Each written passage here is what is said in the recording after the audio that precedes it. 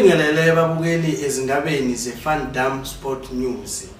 Namhlanje sizonethulela imiphumela yayizolo yePSL. IGolden Arrows idlale idraw kaNorth idlala neChippa United.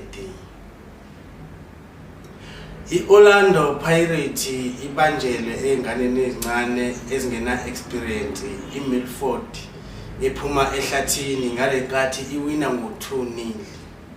Ababukeli bethu bawubekile imbono yabo ngalolu daba. That's how champions win games. Yes, that's how champions win games.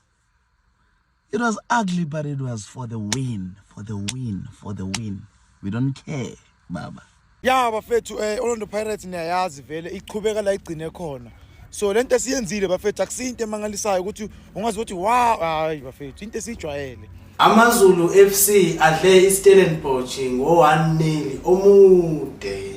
ISekhukhune United besidlala neDurban City lapho eswine khona ngo-1-0 ebekubhekene khona otolika ababili ekade bekhosha iKaizer Chiefs ngesizini edlule. IKaizer Chiefs ibhaqabule yadandabula yatitinyela yagxoba iKruger United kamnandi ngo-3-1. Ababukeli bethu bawubekile umbono yabo ngalolu daba. Ngoba ngishilo, we remain unshaken. Ngiyabezwa abantu bathukile. Thuswa yini? This is Kaizer Chiefs. This is a big club. Yo abafethu angesilale iChiefs number 1. Yes. Yazi ngirelaxile ngizitshela ukuthi hayi ngoba concedile.